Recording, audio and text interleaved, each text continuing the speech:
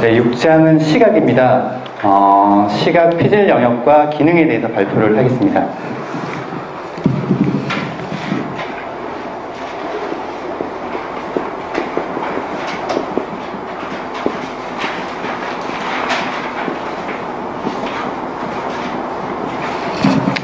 시각 피질을 그려보겠습니다.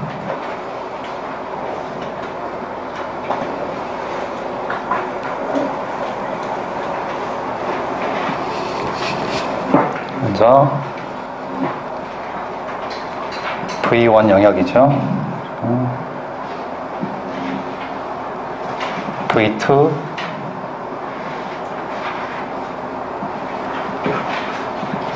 V3, VP,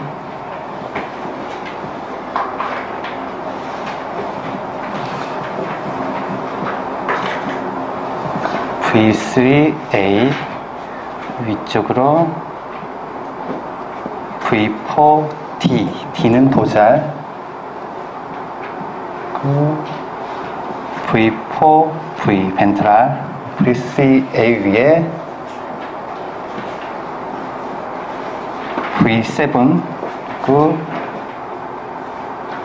V8, V8 옆으로 커다란 영역이 있죠. LO는 레터럴 옥시피털 외측 후드입니다. 그리고 에로 위로 FFA 퓨지펌 페이스 에어리어입니다. 방추상 얼굴 영역이고요. 이 옆으로 PPA가 있습니다. 페라, 히포, 캠팔, 플레이스 에어리어, 해마 주변 위치 영역이고요. 에로 옆으로는 V5 혹은 MT나 MST라고도 합니다. 미디얼, 템포럴, 내측 축두고요. MST는 미디얼, 수피리얼, 내측 상축두가 되겠고요. 그래, V5 옆으로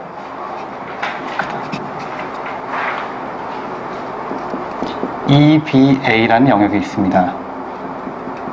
엑스트라 스트라이트 바디 에어리어, 선조 외체 영역입니다. 그리고 그 옆으로 자그맣게 LIP가 있습니다. 레터럴, 인트라, 페리에탈, 외측 두정 내 영역입니다. 자, 기능을 적어 보겠습니다. 여기는 운동, 방향,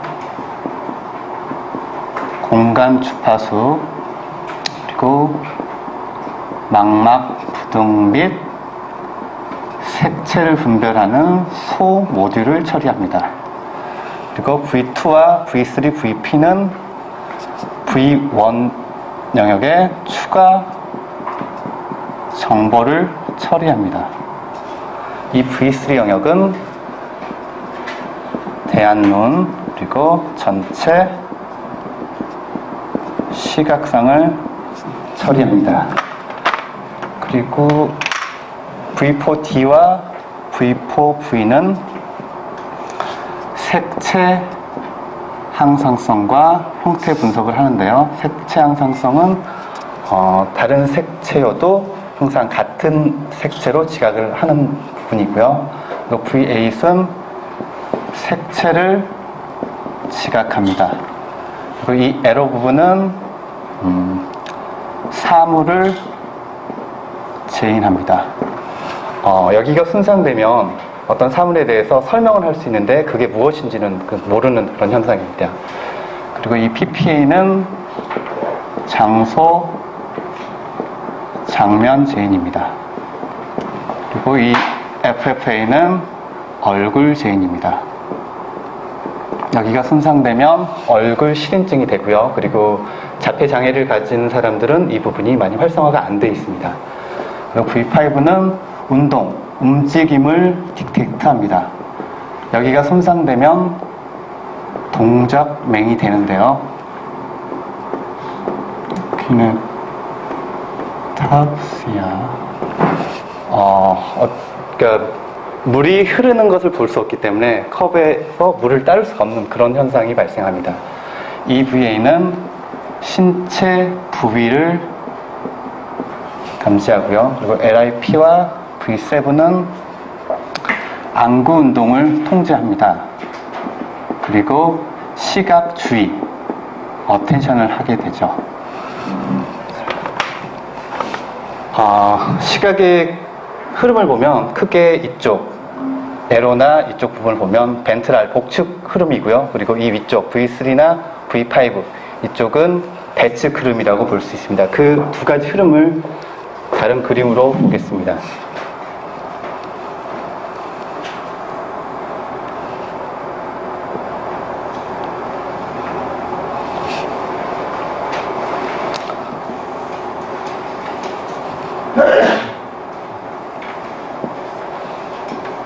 이 위쪽이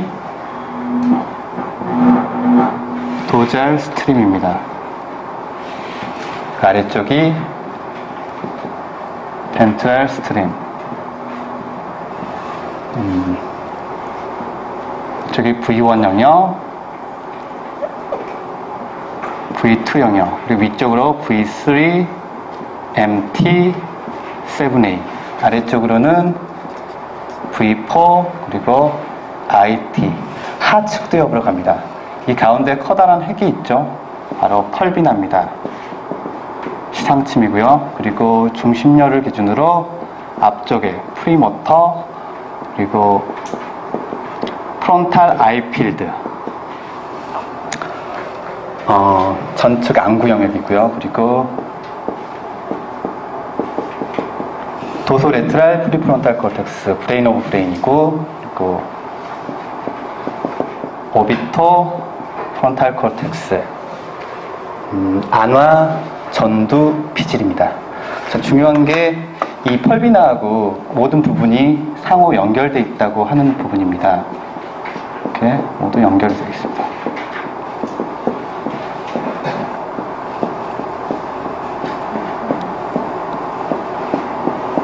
자, 도절 스트림 쪽은 무의식적 그런 회로고요. 그리고 운동의 움직임이나 위치를 처리하게 되고요. 벤트럴 쪽은 의식적 흐름, 그리고 사물이 무엇인가. 그리고 이 앞쪽은 바로 어텐셔널 하게 합니다. 자, 그리고 하나만 더 그리겠습니다. 원숭이 피지를 그려서 내측 구역을 보면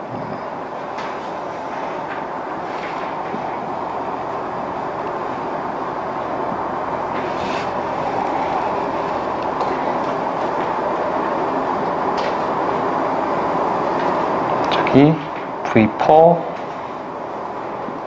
MT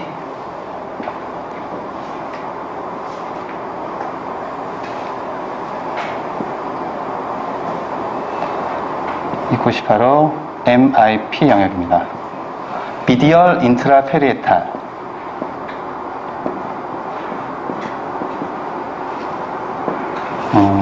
내측 두정내 영역이고요. 그리고 이쪽이 LIP 레터럴 인트라페리에탈 외측 두정내 영역, 이쪽은 VIP 벤트랄 복측 두정내 영역, 이 아래쪽은 CIP 미측 두정내 영역, 이 위쪽으로 AIP 안타리어 전측 두정내 영역이 이렇게 있습니다. 각 부분의 영역의 역할은 CIP는 입체시에서 깊이를 지각합니다. 그리고 MIP는 뻗기에 대한 시각 통제를 하고요. 그리고 VIP는 특정한 방향의 손동작 가이드를 합니다. 그리고 이 LIP는 시각 주의, 어텐션이고요. 그리고 이 AIP는 잡기, 조작하기의 시각적 안내가 됩니다. 시각을 얘기하는데 왜 손이 나오느냐? 이 부분은 시각적 흐름이기도 하지만 운동을 유도하는 그런 부분이기도 합니다. 고로 시각과 운동은 연결되어 있다. 이상 마치겠습니다.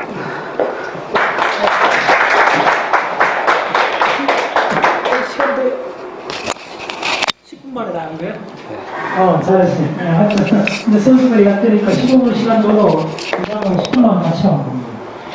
설명까지 깔끔하게 잘했어요. 이쪽에서 중요한 거는 자, 이거 다시 한번 보세요. 아까 내가 배경으로 있는 시각장에서 시간이 어떻게 만들어진다 그랬죠? 그 시각 흐름이 핵심 어텐션 할 수 있어야 돼요. 어텐션이 간단히 말해서 인간만이 갖는 고유한 능력으로 보시면 돼요. 주의 집중하는 거. 예. 그래서 그걸 보면 우리가 망막에서도 딱 이렇게 맥이 맞추는 그거는 포비아 구조는 그 일부만이 딱 선명한 상을 맺추거든요. 그러니까 어텐션을 하는 것이 결국은 인간한테 그 의식을 가져오는 아주 근본적인 메커니즘이고, 그 어텐션이 결국은 언어가 이제 가져온 건데, 결국은 이제 어떻게 되는지 한번 보세요. 이게 바로 어텐션 할 때 그 어텐션 삼각형 이야기를 했잖아요. 이게 뭐냐면 전두엽, 그 다음에 두정엽, 시상침. 이게 그 주위의 삼각형이요. 예, 어텐션 하기 위해서는 이 세 가지 영역이 동시에 동작을 해줘야 돼요. 그래서 가장 먼저 이게 펄비아 구조에서 펄비아 그 도잘, 펄비아 그 뭡니까? 펄비아 기억납니까? 도잘하고 벤트랄 이야기했잖아요. 그래서 인간 쪽으로 오면서 요거는 시각을 매개해주고 쪼맨한데 이게 엄청 커졌다 그랬어요. 이 펄비아 구조도 등 쪽 영역하고 배 쪽 영역이 있어요. 배 쪽 영역 요 밑에 뭐가 있죠? 서상체 두 개가 있잖아. 시각, 청각 매개주고 요 위에 또 있는 요거는 펄비아 벤트랄이에요. 요거는 요까지는 시각을 해주는데 요 위에 가장 큰 면적을 차지하는 펄비아 도잘 영역은 뭘 해주느냐 하면 요거의 답이요. 이쪽 전두엽하고 대규모로 연결하는 거예요. 그래서 전두엽에서 전체 이제 프로세스를 해서 셀렉션을 하고 운동 플랜을 하잖아요. 그 과정에서 생존에 중요한 곳에 어텐션 할 수 있는 게 이 시상침하고 이거 하거든요. 그럼 시상침이 또 이쪽에 시각 영역하고 연결되어 있는 거예요. 네. 그래서 이렇게 이제 하고, 그 다음에 이쪽에서 중요한 거는 뭐냐 하면 레커그나이저라는 개념이에요. 레커그나이저. 자, 사물을 제인을 하는데 한번 보세요. 사물하고 사건을 이제 제인해야 되는데 그거 어디서 본 것 같더라. 그게 뭐 이제 이런 거예요. 그러니까요. 그러니까 왜 그만큼 중요한가를, 단어가 왜 중요한가를, 여러분들 이거를 마이크라는 단어를 모르고 저 아프리카 다른 데서 온 사람한테 설명한다 한번 해보세요. 얼마나 장황한 설명이 들어가야 돼요. 네. 그 다음에 이 정도로 사물은 그래도 간단히 할 수 있어요. 어느 정도까지. 근데 예를 들면 여러분들 노상 전쟁만 하고 있는 민족한테 가고 사랑이 뭔지, 그 다음에 뭐 민주주의가 뭔지 한번 설명하려 해보세요. 얼마나 많은 서술을 해줘야 되겠어요. 그러면 단순히 시간이 많이 들고 많은 서술을 해준다는 그런 문제에 국한되는 것이 아니고 더 높은 차원으로 옮겨갈 수가 없어요.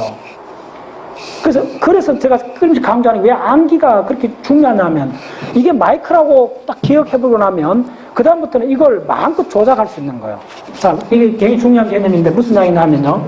언어가 왜 인류의 가장 중요한 개념이냐면 밑에서 이게 패턴의 서열입니다. 패턴의 서열들이 쭉 오는 걸 이 전체, 예를 들면 마이크 하나를 디스크립션 하기 위해서 많은 패턴들이 필요해요. 이걸 위로 올라가서 마이크라는 단어 하나로 갖고 이 전체 정보를 마이크라는 단어 하나로 다 모아버리는 거예요. 그리고 사실은 브레인 위로 올라갈 때, 이쪽 위에 고이피절로 갈 때는 이 전체 서열을 보내는 것이 아니고 이 단어 하나를 보내요.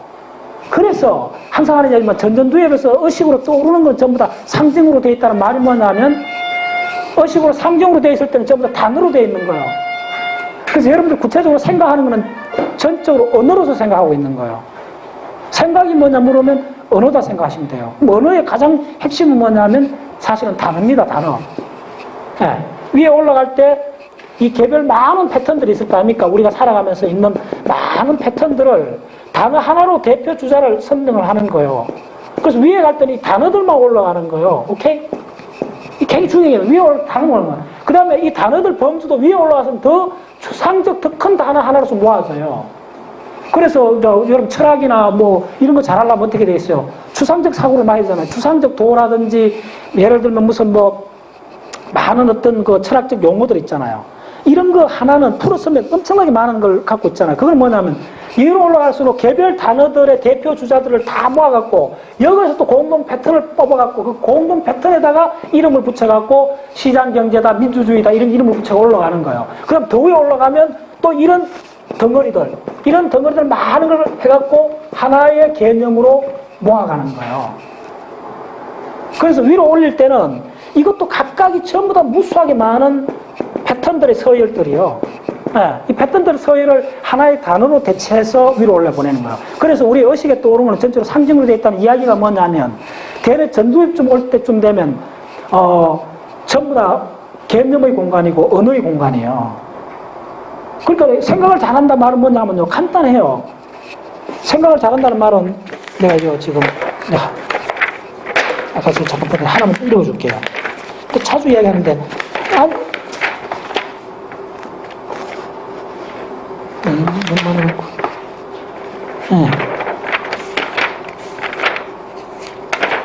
이거 지금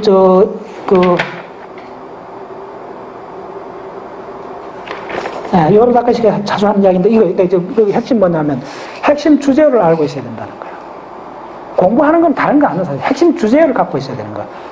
핵심 주제가 없으면 그 사람 그 의식을 거기다 내둘 수가 없어요. 핵심 주제가 뭐냐면 간단히 말하면 의학 브레인 공부를 할 것도 뭐 브레인 구조 용어를 갖고 있는 거예요. 그러면 그 브레인 구조 그 단어가 뭐 쿤벤스다, 그 다음에 뭐 저 대상해다, 척자핵이다, 뭐 쭉 많은 용어를 외웠잖아요. 그러면 그 단어들이 많은 구조, 많은 패턴들을 대표해갖고 위로 보내는 거예요. 그래서 그 단어들만 생각하는 거예요. 우리는 사실은. 그러니까 생각을 풍부하게 하는 사람은 그런 단어를 많이 하는 사람이에요. 다른 거 아니야. 셰익스피어는 뭡니까? 10만 단어 갖고 소설을 썼다, 뭐 그런 이야기 하잖아요. 경제학자 같으면 그 분야의 단어 많이 하는 사람이에요. 신경해부학자는 신경해부학에 대한 단어를 많이 하는 사람이에요. 됐죠? 그럼 아인슈타인은 무슨 사람이에요? 아인슈타인은 수학에 관한 단어를 많이 하는 거예요. 수학에 관한 추상적 개념을 많이 하는 거예요. 공간을 표시할 수 있는, 공간에서 벡터의 흐름들을 표시할 수 있는 그 단어를 많이 하는 사람이에요. 다른 거 아니에요. 생각을 잘한다는 사람은 뭐냐면 그 분야에 해당되는 단어를 많이 하는 사람이에요. 자, 다시 한번 말씀드릴게요. 이런 단어를 모르고 하는 행위들은 도대체 뭐하고 한다면 이 마이크를 저 초등학생한테 설명하는 거 똑같아요. 이거 온갖 말 붙여가 설명해야 되잖아요. 이거에 한 10배 되는 다양한 이 패턴 서열을 갖고 보여줘야 돼요. 그렇게는 장사가 안 돼요. 그래서 제일 재밌는 게 뭐냐, 브레인에서 초기 원시적으로 돌아가면요. 원시사회, 지금도 그래요. 원시사회에서는 사람들의 대화를 분석해보면요. 경험에서 직접 본 것만 주로 이야기를 한다는 거예요. 심지어 3단 논법도 없어요, 그 사람들은. 초기에 고고학자들이, 인류학자들이 들어가고, 문자를 못 쓰는 부족들 인터뷰하는 게 많아요. 그거 보면요. 우리가 흔히 3단 논법을 갖고 그냥 파악을 하잖아요. 추상적 개념이 깡그리 없어요. 그런 사람들은 대부분. 없기 때문에 추상적 개념이 없으면 어떻게 의사소통을 해야 될 것 같아요?